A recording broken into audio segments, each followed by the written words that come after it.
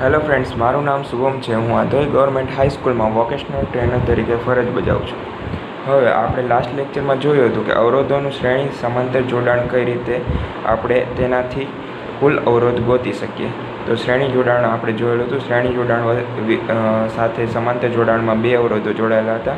આ બંને અવરોધોનો એક અવરોધમાં રૂપાંતર કરતાં આપણે R1 સાથે RT નામનો એક અવરોધ શ્રેણીમાં જોડાઈ જશે અને તેના ઉપરથી આપણે કુલ અવરોધ આ વીજ પરિપથનો ગોતી શકીશું.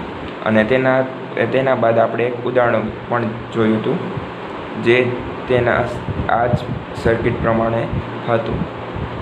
તો આજે આપણે અવરોધ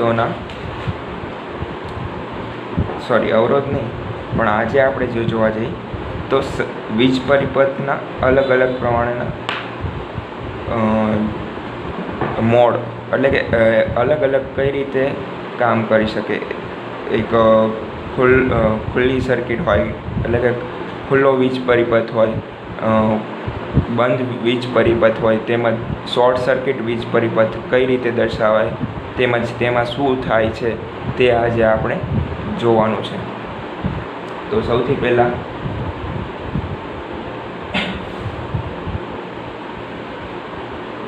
ખુલ્લો વીજ પરિપથ, તો આપણે એની પહેલાં એનો વીજ પરિપથ કઈ રીતે આવે તે જોઈ લઈએ.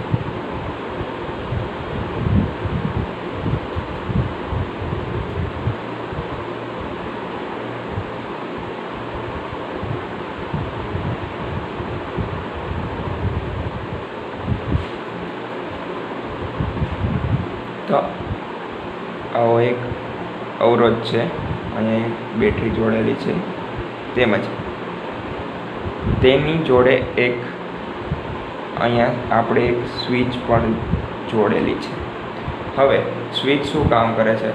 તો સ્વિચ એ વીજ પરિપથમાં ઉપકરણોને જોડવા માટે તેમજ તેનું જોડાણ તોડવા માટે, એટલે કે વીજ પરિપથમાં લગાવેલા ઉપકરણોને જોડવાનું તેમજ તેનું કનેક્શનને દૂર કરવાનું પણ કામ કરે છે. એટલે કે વીજ પરિપથને ખુલ્લો કરવાનું તેમજ બંધ કરવાનું કામ સ્વિચ દ્વારા કરવામાં આવે છે. તો એવું જ આ પરિપથમાં પણ સ્વિચનું કામ છે. આ સ્વિચ છે જેને આવી રીતે આપણે આવી રીતના મૂવમેન્ટ એટલે કે આવી રીતના એનું ગતિ કરાવશું તો એને બંધ કરવાની છે. આવી રીતના નીચે લઈ જઈશું તો તે બંધ થશે. તો આ છે સ્વિચ. હવે જ્યારે સ્વિચ આ ઓપન કન્ડિશનમાં એટલે કે ખુલ્લી હશે ત્યારે વીજ પરિપથમાં કોઈ પણ વિદ્યુત પ્રવાહ પસાર થશે નહીં. તો તે વખતે વીજ પરિપથ ખુલ્લો છે તેમ કહેવાશે. ત્યારે કોઈ પણ પ્રકારનો વિદ્યુત પ્રવાહ વીજ પરિપથમાંથી પસાર થશે નહીં, કારણ કે અહીંયાથી બ્રેક થાય છે સર્કિટ, વીજ પરિપથ બ્રેક થાય છે એવું કહેવાય. એટલે કે કન્ટિન્યુ નથી, સતત હોવું જોઈએ. કોઈ પણ વિદ્યુત પ્રવાહ પસાર થવા માટે વીજ પરિપથ સતત હોવો જરૂરી છે. આપણે અત્યાર સુધી જોતા હતા આવી રીતે એક સામાન્ય સર્કિટ હોય તો એની સાથે આવી રીતના રજિસ્ટર જોડાયેલો હોય તો આ સતત વીજ પરિપથ છે, તેમાં કોઈ પણ જગ્યાએ આપણે બ્રેક નથી. તો આવા વીજ પરિપથમાં વિદ્યુત પ્રવાહ વહેશે, જ્યારે આ વીજ પરિપથમાં વહેશે નહીં, કારણ કે અહીંયા આપણે એક સ્વિચ મૂકેલી છે જે વીજ પરિપથમાં વિદ્યુત પ્રવાહને બ્રેક કરવાનું એટલે કે વીજ પરિપથ ખુલ્લો કરવાનું તેમજ બંધ કરવાનું કામ કરે છે. જ્યારે તે આ કન્ડિશનમાં અહીંયાથી અહીંયા આવી જશે ત્યારે વીજ પરિપથ બંધ થઈ જશે અને ત્યાંથી વિદ્યુત પ્રવાહ વહેવા લાગશે. તો હવે આ કન્ડિશનમાં વોલ્ટેજ અનંત હશે, એટલે કે એનું કંઈક મૂલ્ય હશે પણ બહુ જ મોટું મૂલ્ય હશે.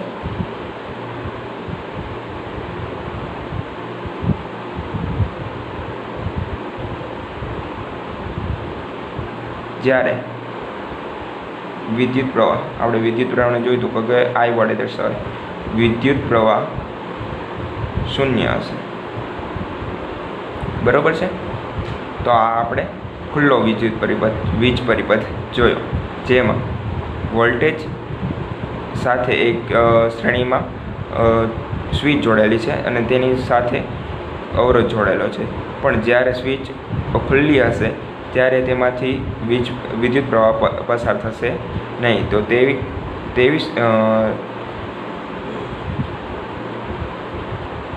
તેવી સિચ્યુએશનમાં વોલ્ટેજ ખૂબ જ મોટો હશે, બહુ જ મોટું મૂલ્ય વોલ્ટેજનું મળશે, જ્યારે વિદ્યુત પ્રવાહ છે એ સર્કિટમાંથી પસાર થશે નહીં.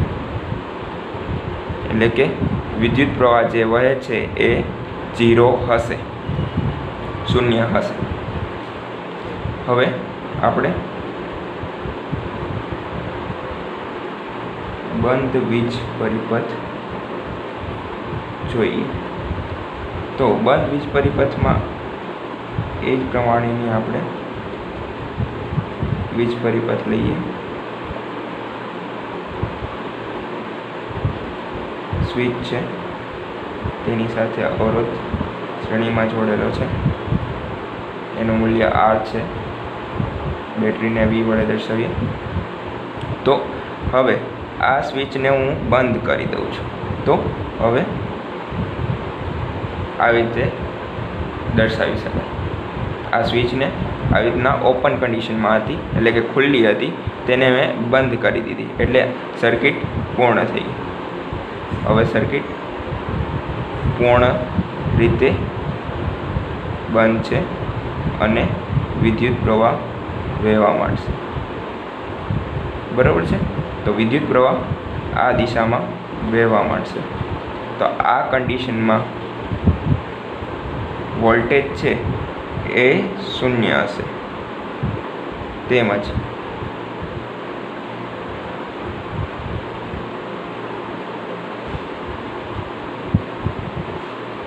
વિદ્યુત પ્રવાહ છે એ અનંત મળશે. આને શોર્ટ સર્કિટ પણ કહેવાય. બંધ પરિપથ, શોર્ટ કન્ડિશન.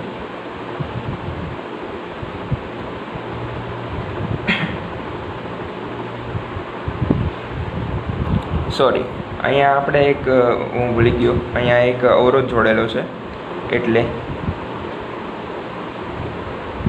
વોલ્ટેજ પણ કંઈક મળશે, કંઈક મૂલ્ય મળશે. તેમજ કરંટનું પણ કંઈક મૂલ્ય મળશે, કારણ કે આ અવરોધના એના ઉપર વોલ્ટેજનો કંઈક ડ્રોપ થશે. ડ્રોપ એટલે કે કંઈક અવરોધ હશે અને એના ઉપર વોલ્ટેજનો કંઈક ડ્રોપ થશે. તો VR જેટલો આપણે ધારીએ કે અહીંયા વોલ્ટેજ ડ્રોપ થશે, તો અહીંયા કંઈક વોલ્ટેજ પણ મળશે અને કંઈક મૂલ્યનું કરંટ પણ ફ્લો થશે.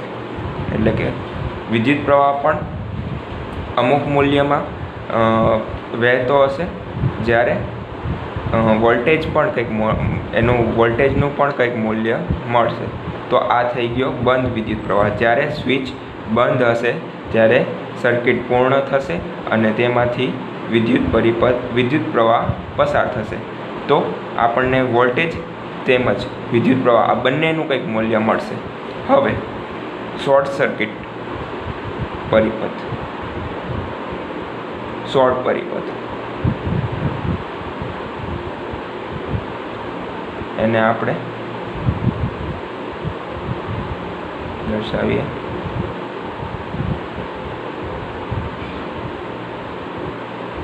આ સ્વિચ છે,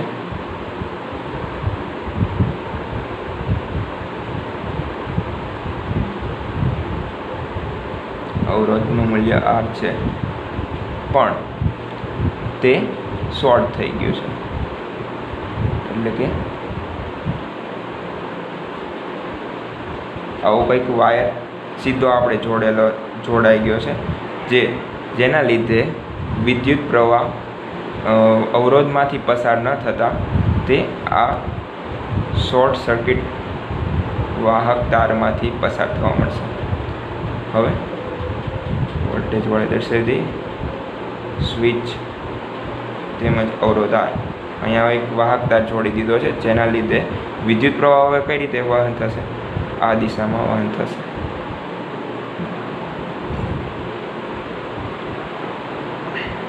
હંમેશા બાબતનું ધ્યાન રાખવાનું છે કે જ્યારે અવરોધ હોય તો તેનામાંથી વિદ્યુત પ્રવાહ પસાર થશે, પણ જો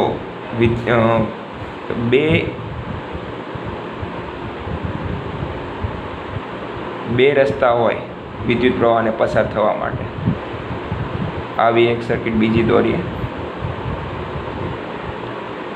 તો અહીંયા એક બેટરી જોડેલી છે અને વિદ્યુત પ્રવાહ પસાર થાય છે. હવે વિદ્યુત પ્રવાહ અહીંયા પહોંચ્યો.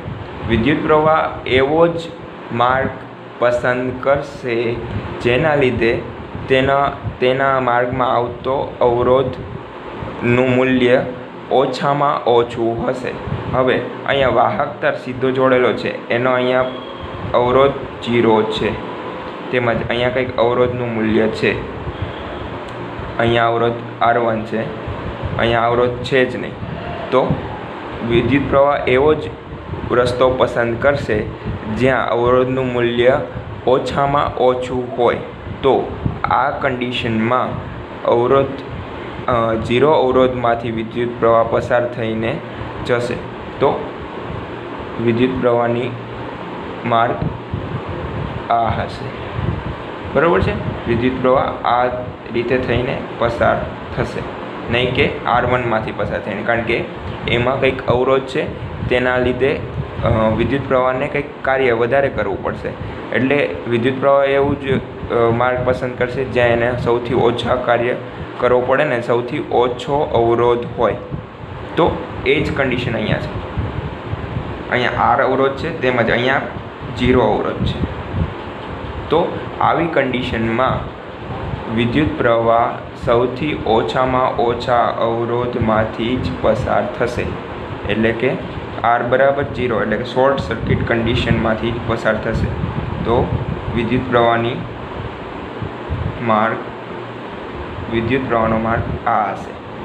બરાબર છે? નહીં કે આમાંથી કોઈ પણ પ્રવાહ પસાર થશે નહીં. એટલે કે વિદ્યુત પ્રવાહ એ બરાબર 0 એમ્પિયર જેટલો Rમાંથી પસાર થતો હશે. તો આ થઈ ગઈ શોર્ટ પરિપથ, કે જ્યાં આપણે અવરોધના સમાંતરમાં એક વીજ પરિપથ જોડેલો અવરોધના સમાંતરમાં એક વાહક તાર સીધો જોડી દીધો છે, જેનો અવરોધ 0 છે. તો વિદ્યુત પ્રવાહ એ 0 અવરોધમાંથી જ પસાર થવું પસંદ કરશે, નહીં કે R અવરોધમાંથી પસાર થવું. તો આ કન્ડિશનમાં વોલ્ટેજ શું થશે? 0 થશે, કારણ કે વોલ્ટેજ ક્યાંય ડ્રોપ થતો જ નથી, કારણ કે કોઈ રજિસ્ટર જ નથી, એના માર્ગમાં કોઈ અવરોધ જ આવતો નથી, એટલે વોલ્ટેજનો ડ્રોપ 0 થશે. જ્યારે વિદ્યુત પ્રવાહ છે એ અનંત, એટલે અથવા તો બહુ મોટું મૂલ્ય મળશે.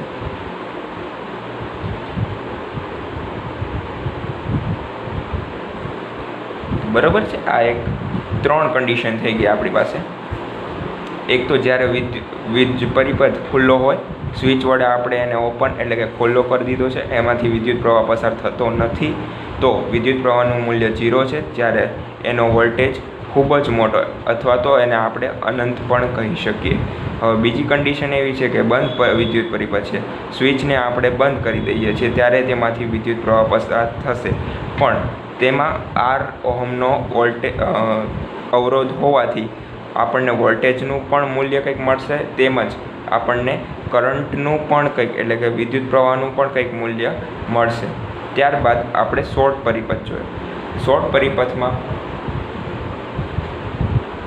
આપણે R અવરોધના સમાંતરમાં એક 0 ઓહમનો એક વાયર સુવાહક તાર જોડી દીધો, જેના લીધે વિદ્યુત પ્રવાહ તેમાંથી જ પસાર થશે. હંમેશા એ ધ્યાન રાખવાની બાબત છે કે વિદ્યુત પ્રવાહ છે એ પોતાના માર્ગમાં આવતા સૌથી ઓછામાં ઓછા અવરોધમાંથી જ પસાર થવાનું પસંદ કરશે. એટલે જ આ વીજ પરિપથમાં વિદ્યુત પ્રવાહ છે એ આ સુવાહક તારમાંથી જ પસાર થશે, જ્યારે કે આર અવરોધમાંથી પસાર થતો વિદ્યુત પ્રવાહ 0 એમ્પિયર હશે. તો આ કન્ડિશનમાં વિદ્યુત વોલ્ટેજ છે એ 0 થશે, કારણ કે એનો ક્યાંય ડ્રોપ થતો નથી. વીજ પરિપથમાં આરમાંથી વિદ્યુત પ્રવાહ પસાર થતો જ નથી, જેના લીધે વોલ્ટેજ છે એ 0 થશે. એનો કોઈ પણ જગ્યાએ ડ્રોપ થતો નથી એવું કહેવાય. હવે કરંટ છે એ ખૂબ જ મોટા પ્રમાણમાં વહન પામશે, કારણ કે તેના માર્ગમાં કોઈ પણ પ્રકારનો અવરોધ છે જ નહીં. તો આપણે જોઈ શકીએ છીએ આ એનો માર્ગ છે એ આર બરાબર 0 ઓહમના અવરોધમાંથી પસાર થાય છે. તો તેના માર્ગમાં કોઈ પણ પ્રકારનો અવરોધ ન હોવાથી વિદ્યુત પ્રવાહ ખૂબ જ મોટા પ્રમાણમાં વહન પામે છે. એક બાબત ધ્યાન રાખવાનું કે વિદ્યુત પ્રવાહ છે એ આપણે અવરોધ વડે કંટ્રોલ કરી શકીએ છીએ. કે અવરોધનું મૂલ્ય વધારે હોય તો વિદ્યુત પ્રવાહ ઓછો વહન થશે, જ્યારે અવરોધનું મૂલ્ય મોટું હશે ત્યારે તેમાંથી વિદ્યુત પ્રવાહ ઓછો પસાર થશે. જો આ બંને કન્ડિશનમાં આપણે જોઈ લીધું કે જો આર સિવાયના બીજા કોઈ ઓછા અવરોધવાળા બે માર્ગ હોય, કોઈ પણ બે માર્ગ હોય વીજ પ્રવાહને પસાર થવા માટે, તો તે સૌથી ઓછા અવરોધમાંથી પસાર થવાનું પસંદ કરશે, જ્યારે કે નહીં કે વધારે અવરોધમાંથી. તો આ બાબત ધ્યાન રાખવાની છે. આ જ વસ્તુ આપણા પંખાના રેગ્યુલેટરમાં જ કામ કરે છે. જ્યારે આપણે પંખાની સ્પીડ વધારવી હોય તો એના માટે આપણે વધારે વિદ્યુત પ્રવાહ તેમાં પસાર કરવો પડશે, જેથી પંખાની સ્પીડ વધે. તો એના માટે શું કરવું પડશે? આપણે અવરોધનું મૂલ્ય છે એ ઘટાડવું પડશે. તો જ્યારે આપણે 5 ઉપર પંખો ફેરવીએ છીએ ત્યારે તે કન્ડિશનમાં આપણે તેનો અવરોધ ઓછામાં ઓછો રાખીએ છીએ, જેથી વિદ્યુત પ્રવાહ વધારેમાં વધારે પસાર થાય. તે જ રીતે જ્યારે આપણે પંખાની સ્પીડ ધીમી કરવી હોય ત્યારે આપણે રેગ્યુલેટરને 1 ઉપર લાવીએ છીએ, ત્યારે અવરોધનું મૂલ્ય મહત્તમ એટલે કે વધુમાં વધુ હશે. તેના લીધે વિદ્યુત પ્રવાહ ઓછામાં ઓછો પસાર થશે અને એના લીધે જે આપણા પંખો છે તેની સ્પીડ ઓછી હશે. તો આ આપણે 3 સર્કિટ આજે જોઈ.